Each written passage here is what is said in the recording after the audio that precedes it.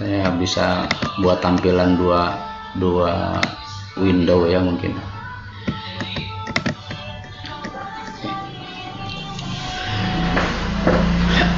Baik, bismillahirrahmanirrahim. Assalamualaikum warahmatullahi wabarakatuh.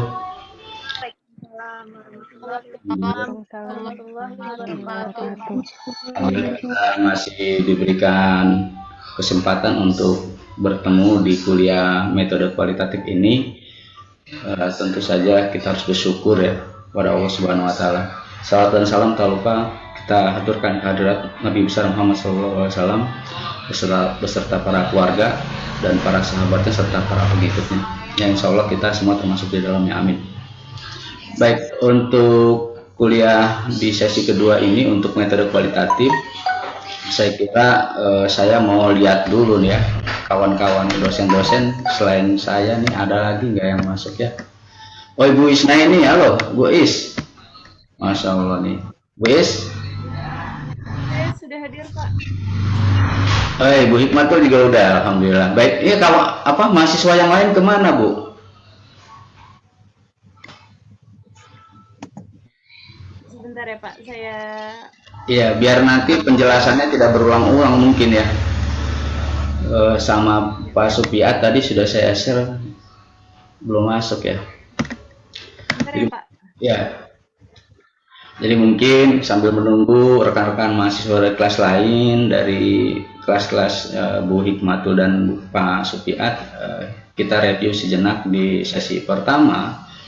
Jadi di sesi pertama itu saya sudah memberikan contoh, kami semua sudah memberikan contoh bagaimana memilih artikel dari jurnal-jurnal dalam negeri yang terindeks Sinta 1 dan Sinta 2. Dan mungkin ada juga contoh review artikel yang pernah kami lakukan dulu ya, zaman kami kuliah juga melakukan hal yang sama. Nah, memang rekan-rekan mahasiswa sekalian perlu banyak membaca ya, perlu banyak menganalisis hasil bacaan. Tapi yang paling penting adalah memilih tema penelitian yang akan kita jadikan sebagai bahan skripsi. Mungkin itu perlu banyak konsultasi atau diskusi. Contoh, ada mahasiswi yang ingin meneliti tentang STEM. Tentu kalau dari nol nih, berarti sistem itu kita harus tahu dulu. Berarti cari bukunya, cari artikelnya, cari penelitian-penelitian yang pernah melakukan STEM. Itu contoh seperti itu. Nah, tentu tidak bisa hitungan hari. Mungkin bisa berhari-hari atau mungkin berbulan-bulan. Maka dari itu adik-adik mahasiswa ini mungkin tidak bisa ya berdiam diri menunggu kawan-kawan atau rekan-rekan itu mengingatkan, sudah mengerjakan belum? Mungkin seperti itu. Tapi rekan-rekan mahasiswa itu harus mulai mengeksplorasi. Ini katanya udah semester atas, jadi tidak ada lagi waktu yang cukup untuk sambil bermain-main atau berleha-leha. Jadi mulai dari sekarang tentukan tema penelitian yang ingin diangkat dalam skripsi yang nanti akan dibuat ya, akan dilaksanakan penelitiannya. Nah, tentu terkait mata kuliah metodologi kualitatif, ini adalah salah satu alternatif di mana ketika kuantitatif dalam kondisi pandemik saat ini sulit kita lakukan. Jadi mohon untuk dikaji kembali, direfleksikan kembali ke dalam diri masing-masing terkait dengan skripsi. Jadi sekali lagi, hasil atau keluaran dari mata kuliah ini adalah proposal, yang nanti proposal itu tentu saja biar tidak sia-sia digunakan untuk proposal skripsi yang benar-benar skripsi. Jadi saya kira Saya mengingatkan itu. Jadi pilihlah tema dari sekarang. Mungkin saya harus bertanya ya, tapi tidak mungkin saya bertanya semua nih. Sepertinya banyak ya. Tapi mungkin saya pilih salah satu secara acak, saya akan tes nih. Mungkin Hasna.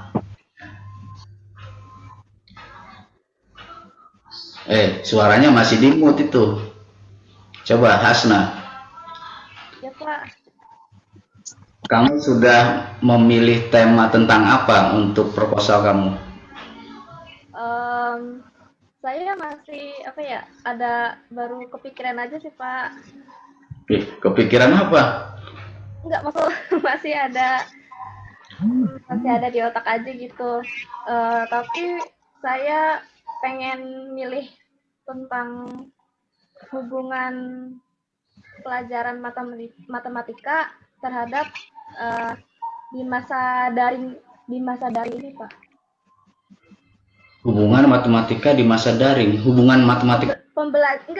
Pembelajaran matematika di masa pandemi ini kan kalau daring itu kan daring ini loh Pak. Ya.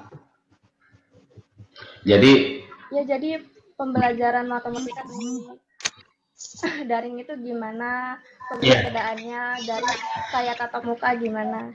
Baik, ini menarik. Saya kira Hasna mengikuti situasi saat ini betul ya. Saya kira perlu kita pertimbangkan. Jadi banyak hal sebenarnya, banyak variabel sebenarnya yang terlibat dalam pembelajaran daring, khususnya pembelajaran matematika. Kalau kita mengajar matematik secara daring, yang paling krusial itu pertama, komunikasi pada saat kita belajar. Seperti kita saat ini, komunikasi kita terbatas. Selesai kuliah ini ya sudah, mungkin lihat di online learning OHAMKA di OLU. Tapi ya itu sebatas membaca tulisan. Bisa juga kita melihat dari sisi penilaian atau assessment. Bagaimana membuat penilaian sehingga siswa itu bisa jujur dalam menjawab. Karena sekarang dengan kondisi yang sangat canggih, dengan mudah jawaban tersebar. Jadi saya kira Hasna dan kawan-kawan yang lain ya, mungkin ini representasi dari adik-adik mahasiswa yang lain, bagaimana kita mau mengukur suatu pembelajaran, khususnya pembelajaran matematika di saat pandemi. Saya kira cukup menarik. Nah, Hasna mungkin harus banyak membaca artikel-artikel terkait pembelajaran daring, yang khususnya dalam pelajaran atau proses pembelajaran matematika. Itu bagus saya kira. Ada beberapa penelitian yang pernah kami lakukan itu terkait dengan bagaimana siswa belajar pada saat daring ya, dilihat dari kepuasan. Kemudian dibuatlah instrumen kepuasan, disebar, kemudian dilakukan wawancara untuk mengukur seberapa besar, seberapa puas mahasiswa ketika belajar matematika via daring. Itu pernah kita lakukan. Jadi silakan saja itu, tapi jangan berlama-lama. Ingat, ini waktu berjalan terus. Tidak terasa kita sudah 1 pekan ketemu lagi. Ya oleh karena itu, mulai dari sekarang nih, mungkin dari pagi, siang, malam, sore, selalu pikirkan tema-tema apa yang nanti akan diajukan dalam proposal. Itu penting. Nah, terkait kualitatif, mungkin ada beberapa pertemuan yang akan membahas terkait bagaimana kualitatif itu, macam-macamnya seperti apa, nanti tekniknya bagaimana gitu ya. Nah, cuma di awal ini, ya kami berharap nih para dosen, Anda tuh sudah bisa memilih tema. Nah, dari itu, kalau sudah bisa memilih tema, tentu akan lebih mudah memilih artikel yang akan direview. Dan tentu akan lebih mudah lagi pada saat nanti melakukan anotasi bibliografi yang saat ini kita akan bahas. Jadi saya kira itu pertimbangan-pertimbangan yang harus mulai dipikirkan dari sekarang, bahkan mungkin dari kemarin seharusnya. Baik, saya ingin bertanya mungkin ya, di luar dari tema, saya ingin bertanya dulu mungkin dari beberapa mahasiswa, apa kendala terbesar Anda dalam menentukan tema?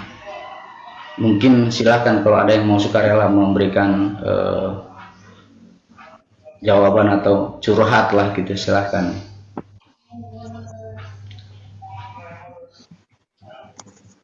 Pada nggak punya jawaban apa gimana nih? Diem-diem aja.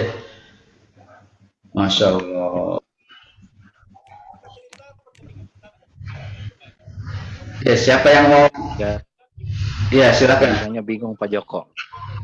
Iya, maka dari itu kita mau bertanya, kebingungan itu karena apa? Apa karena tidak tahu, atau karena kalau tidak tahu, ya harusnya cari tahu. Kalau bingung, di mana letak bingungnya? Tadi Hasna saya pikir sudah cukup bagus, dia merepresentasikan tema yang ingin dia ambil, namun belum spesifik, tapi saya kira itu sudah bagus. Mungkin yang lain-lain yang dapat tema, ya bisa ya, sharing gitu. Mungkin Pak Supiat gitu kali ya. Dipersilakan Pak Supiat nih kalau mau ini. Ya. Baik. Nggak apa-apa ya kalau nggak ada ya nanti mungkin bisa sambil inilah ya, sambil apa namanya ya, konsultasi di dosen masing-masing, apa masalahnya, apa kendalanya. Baik, jadi sekali lagi untuk yang review jurnal ya, itu 5 artikel, jangan lupa contoh review artikelnya juga sudah pernah dibahas ya, minggu lalu sudah diberikan contoh. Mungkin nanti bisa saling share dokumen terkait dengan contoh review. Nah, kali ini kita akan bahas anotasi bibliografi ya, bagaimana dan apa sih anotasi bibliografi itu gitu. Saya kira ini perlu saya sampaikan. Jadi sebagai pengantar mungkin kita pahami dulu bahwa sebenarnya bibliografi beranotasi itu ya adalah daftar kutipan ya, untuk berbagai buku, artikel dan sumber lain tentang suatu topik. Namun tentu saja bukan daftar pustaka ya. Kayaknya emang harus ganti provider ini. Baik, saya lanjutkan kembali. Saya share screen ulang. Jadi mungkin rekan-rekan sekalian, ada mahasiswa ya. Jadi sebenarnya anotasi bibliografi itu ya kumpulan daftar kutipan yang nanti akan kita gunakan pada saat kita membuat penelitian ya. Biasanya berguna nanti ketika kita membuat pendahuluan, kita membuat kajian teori, kita membuat perbandingan pada bagian kesimpulan. Nah, itu kita tidak ribet ya istilahnya untuk mencari-cari lagi karena kita sudah punya anotasi bibliografi terkait dengan tema yang sedang kita usung. Nah, oleh karena itu tentu agar lebih bermakna, agar lebih menyambung gitu ya, dari bukan hanya sekedar formalitas untuk mengerjakan tugas, maka dari itu tadi seperti saya sampaikan, mulailah memilih tema. Jadi mungkin tugas terbesar mahasiswa ini adalah memilih tema. Carilah tema ya, bebas, nggak usah takut pilih tema. Saya kira kita ini bisa memilih apapun yang kita suka ya. Paling nanti masalahnya dalam perjalanan biasanya suka ada mungkin tema-tema tertentu yang tidak ada artikelnya atau tidak ada penelitian referensinya, mungkin seperti itu ya. Baik, jadi saya lanjutkan kembali. Jadi bibliografi beranotasi itu maksudnya adalah daftar kutipan yang nanti akan kita pakai dalam mengutip. Nah, itu ya, itu poinnya. Nah, tentu saja anotasi itu ada ya batasan-batasan, tidak seperti review artikel. Apa bedanya Pak review artikel sama anotasi bibliografi? Kalau kita review artikel, kita mempertanyakan utuh satu artikel. Kalau dalam anotasi bibliografi ini lebih kepada ringkasan. Ya, lebih kepada kita meringkas, biasanya ada tujuan penelitian, metode, kemudian hasil, dan ada perbandingan antara temuan di artikel itu dengan penelitian yang lain. Nah, seperti itu biasanya. Jadi saya kira ini perlu kita pahami. Yang berikutnya jenis. Nah, ini kadangkala kita kalau baca artikel nih ada abstrak. Nah, abstrak itu bisa kita katakan sebagai ringkasan, anotasi ringkasan dari artikel tersebut. Jadi di situ sudah ada tujuan penelitian, metode yang digunakan, sampelnya, metodenya, hasilnya, gitu secara singkat ada di situ. Namun ada juga anotasi evaluasi. Nah ini yang akan Anda kerjakan ya. Tentu anotasi evaluasi ini mencakup anotasi ringkasan ditambah dengan pandangan Anda sebagai seorang yang melakukan anotasi. Jadi Anda bisa di situ menambahkan ya, mengomentari, tapi mungkin tidak usah banyak-banyak gitu ya. Nanti ada tips-tipsnya bagaimana kita membuat anotasi, dan saya sudah siapkan contohnya ya, walaupun mungkin tidak sempurna tapi bisalah jadi gambaran bagaimana kita melakukan anotasi bibliografi. Mungkin sampai sini ada yang ingin ditanyakan?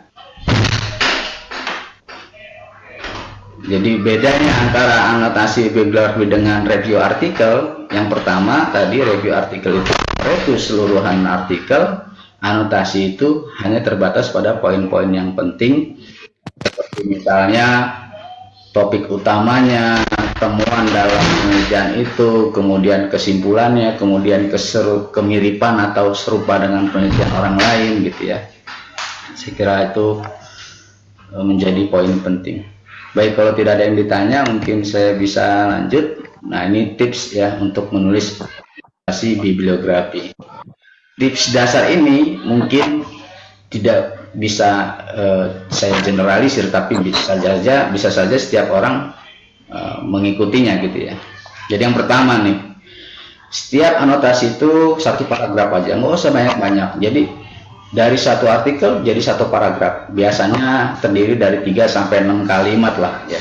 Itu sekitar 150 sampai 200 kata. Jadi terbatas tuh, sehingga memudahkan kita nanti ketika kita mau menggunakan sebagai kutipan. Kalau panjang-panjang ya kita nggak usah bikin anotasi, baca artikelnya aja lagi karena lebih lengkap. Tapi tentu saja akan menyulitkan kita. Nah, tujuan dari menulis anotasi bibliografi ini adalah memudahkan kita nanti memilih-milih referensi-referensi mana yang akan kita gunakan dalam kutipan kita gitu. Baik, saya lanjut. Jadi tips dasar yang pertama,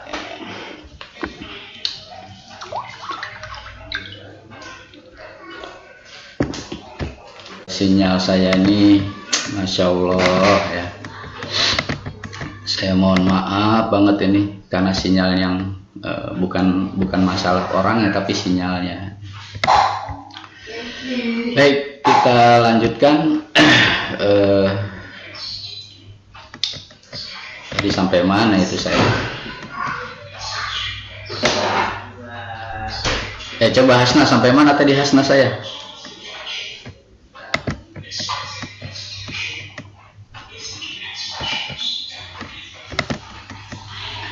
Kata Pak. Oh iya, baik, sampai kata 200 kata. Jadi tips yang pertama, setiap anotasi itu tidak usah banyak-banyak ya. 150 sampai 200 kata itu tuh kurang lebih 3 sampai 6 kalimat lah. Ya, satu paragraf. Kemudian tips berikutnya, mulailah dengan format yang sama seperti daftar pustaka. Jadi Anda kalau sudah tahu nih format daftar pustaka, biasanya kalau apa style ya, kita menggunakan stylenya apa, nama dulu, terus tahun. Kalau artikel itu judul artikel, lalu ada nama jurnalnya, lalu ada volume, ada issue, dan tahun lagi ya kalau nggak salah itu. Nah nanti ada contohnya. Jadi mulailah membiasakan dengan bentuk daftar pustaka.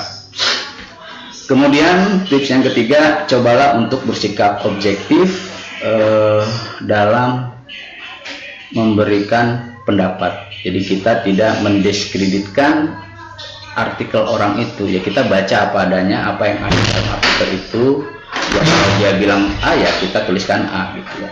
Jadi kita tidak subjektif. Kemudian yang keempat, gunakan orang ketiga, misalnya dia atau penulis daripada saya. Kalau dalam kita merangkai kata tuh kadang-kadang saya melihat, saya mengamati, dan itu sebisa mungkin dihindari. Kita mendingan pakai orang ketiga. Penulis dalam artikelnya menyatakan, mungkin seperti itu. Baik, itu tips yang sederhana yang mungkin bisa Anda ingat dan Anda praktekkan nanti setelah ini. Atau kita nanti praktek. Nah, ini contoh artikel. Ya, ini misalkan nih. Minggu lalu kita lihat artikel ini nih di Journal on Mathematics Education.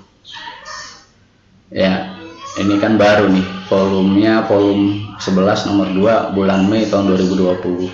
Misal ini ya, kita tertarik dengan STEM. Dan kita temukan artikel yang terkait dengan STEM.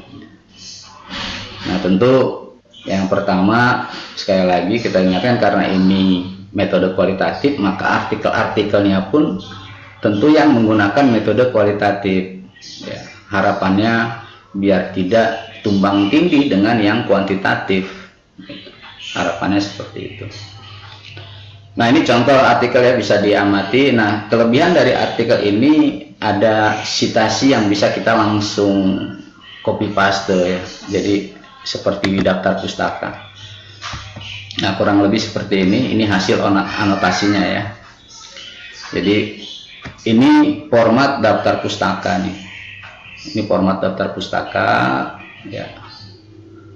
Dan kebetulan tadi saya sampaikan di artikel itu sudah ada format citasinya. Jadi kita tinggal copy paste. Tapi mungkin di beberapa artikel ada yang tidak menyediakan itu, maka tentu Anda harus merangkai sendiri. Walaupun nanti di pertemuan ke-4 kalau tidak salah itu ada namanya memanfaatkan Mendeley untuk melakukan citasi. Nah, itu sangat berguna sekali nanti ketika kita mau membuat daftar pustaka atau anotasi yang seperti ini. Baik, sebagai gambaran atau sebagai perbandingan hasil anotasi dengan artikel aslinya, saya akan coba share ya. Saya akan coba share artikel aslinya.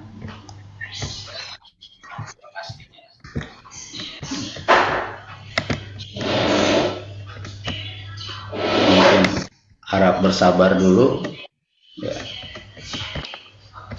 Mohon sabar sejenak untuk melihat artikel yang saya maksud ya. Nah, ini saya mau membagi dua ini, tapi kayaknya mending saya share screen kayaknya ya. Kalau share screen itu mungkin bisa kelihatan semua nih. Oke, coba share screen. Jadi saya Anda semua bisa melihat artikel dan hasil anotasinya. Jadi ini artikelnya, mungkin kalau kurang besar bisa dibesar. Jadi ini artikelnya nih ya, ada 14 halaman. Jadi saya kira bisa di-download juga, ini gratis. Nah, langkah pertama tadi dalam tips yang saya sampaikan ada menuliskan citasi ini. Nah, kebetulan di sini citasinya sudah ada. Jadi Anda bisa langsung ya, how to cite-nya ada di sini. Jadi bisa langsung di copy paste. Kopas ya, masukkan ke Word. Kemudian kita mulai melihat tujuan dari artikel ini. Atau kalau ada di beberapa contoh, dia mengulas dulu siapa yang nulis.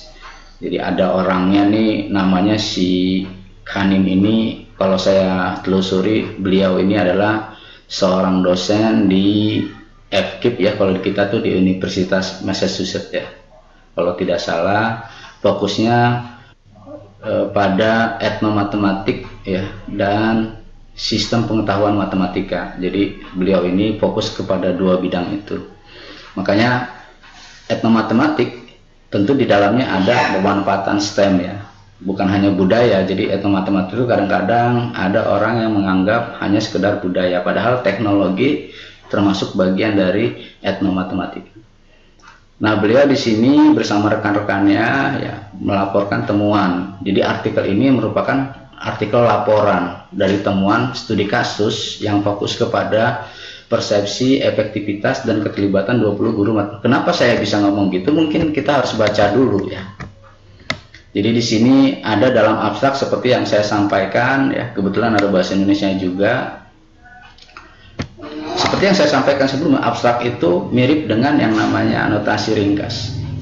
Sementara kita ingin membuat anotasi evaluasi, maka tentu kita gabungkan ya yang informasi yang ada di abstrak dengan apa yang ada di dalam artikel ini. Jadi ini adalah pendapat saya ya, artinya ini hasil ketikan saya sendiri. Nah, yang tanda kuning ini menandakan saya ambil langsung dari artikelnya tanpa saya rubah ya. Di sini ada tujuan the goals ya. Itu di halaman, kita lihat ya. Oke, kita cari dulu nih ya, mudah-mudahan nggak lupa ya. Masya Allah, kemana itu dia the goal tuh. Nah ini ya, nah ini mulai dari sini kayaknya. The goal, tujuan dari program itu adalah untuk menguatkan keterampilan pemecahan masalah siswa menggunakan aktivitas hands-on ya, dengan desain robotik. Jadi itu saya kopas, saya taruh di sini ya. Jadi salah satu tujuan dari program dalam artikel ini adalah menguatkan, memberikan penguatan terhadap atau kepada keterampilan pemecahan masalah siswa menggunakan aktivitas hands-on dengan desain robot. Nah, tentu kita ingin tahu bagaimana cara dia mencapai tujuan itu. Nah, setelah saya baca, tentu saya baca dulu, saya bisa menuliskan lagi. Untuk mencapai tujuan penelitian, peneliti menggunakan metode campuran di mana secara kuantitatif diukur menggunakan instrumen kuesioner MTB, Mathematics Teaching Efficacy Belief Instrument. Sementara secara kualitatif dengan observasi dari mana saya tahu? Ya ada di sini ya. Jadi memang kita harus baca dulu gitu ya. Dan itu biasanya di bagian metode. Nah, ini dia ya.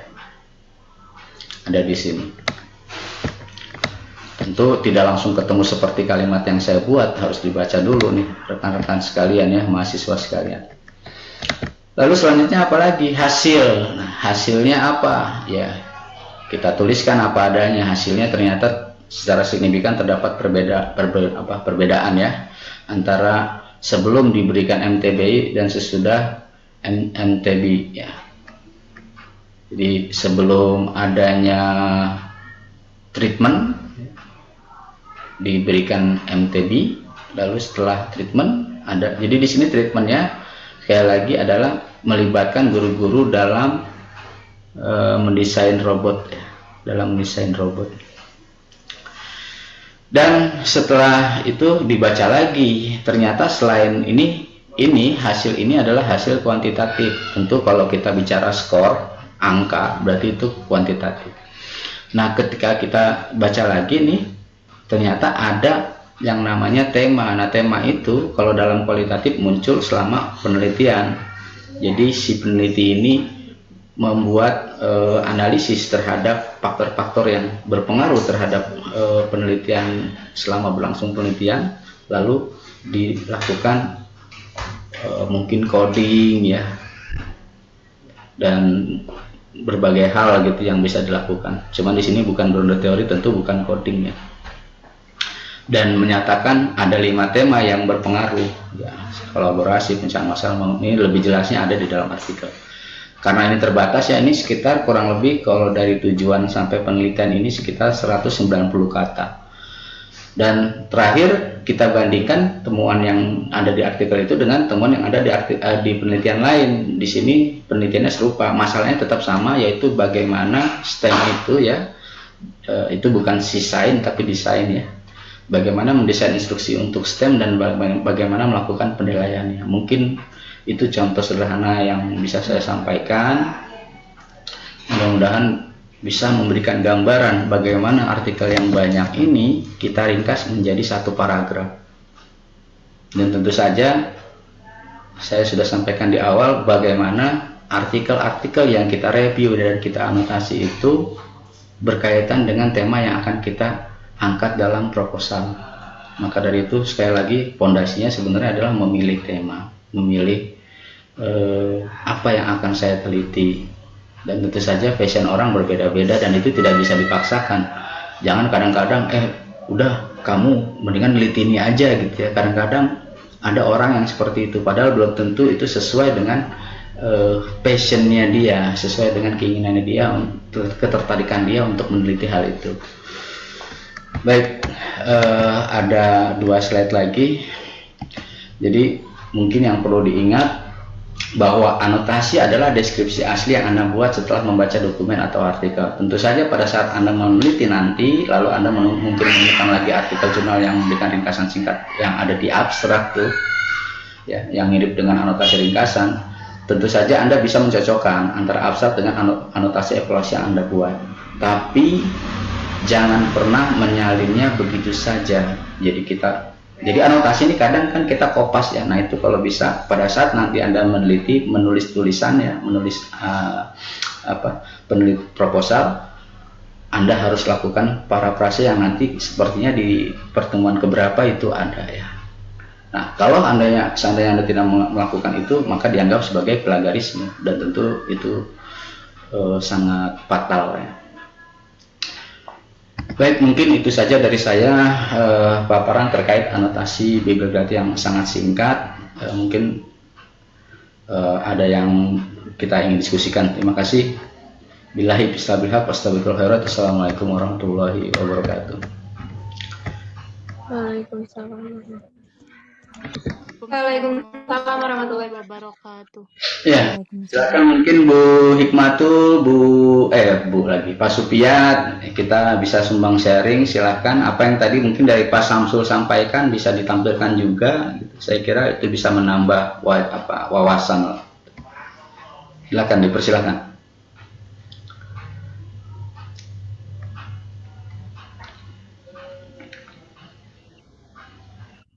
Silakan Pak Piat. Saya sambil lihat-lihat dulu yang tadi sudah di-share di grup. Iya. Sambil nunggu Bu Hikmatul, mungkin ada yang mau curhat nih. Pak, saya mendingan berhenti aja lah kuliah. Nggak sanggup saya bikin proposal. Silakan Pak Supiat. Mantap itu kalau langsung berhenti.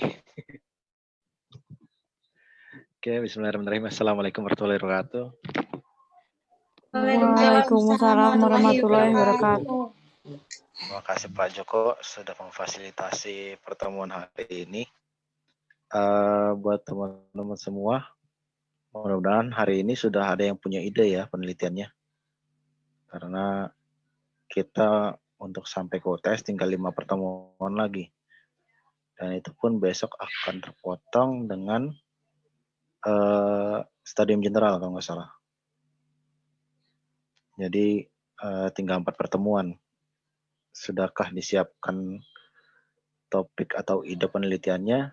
Kalau belum, seharusnya hari ini sudah ada. Gitu. Ada yang masih punya kendala tentang ide penelitian? Nggak ada ya? Wah, kayaknya lancar semua nih. Kalau ditanya begitu. Saya mau nanya. Ya, siapa ini? Muhammad Anggito. Ya, kenapa gitu? Kemarin kan saya tuh ada kemarin kan belajar metodologi yang kuantitatif Pak sama Bu Meta. Iya betul. Terus di situ dijelaskan perbedaan kuantitatif dan kualitatif. Semisalnya dan di situ saya lihat kan kualitatif itu kan mencari fakta, sedangkan kuantitatif itu jatuhnya kita kayak menganalisis ya, nyari datanya seperti itu ya Pak ya. Ya. Terus semisalnya saya udah punya judul, misalnya saya mau bikin artikel, mau bikin proposal misalnya ya. Terus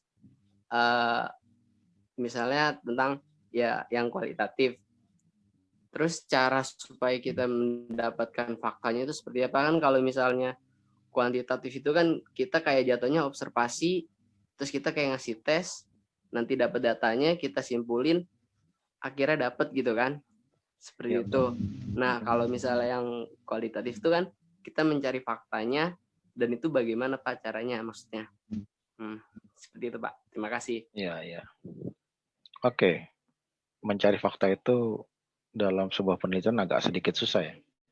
Tapi buat teman-teman gini deh. Semua tahu bendera merah putih ya? Bendera negara kita tahu kan ya? Tahu Pak. Tahu. Tahu Pak. Ya. Tahu Pak. Faktanya warna bendera kita apa?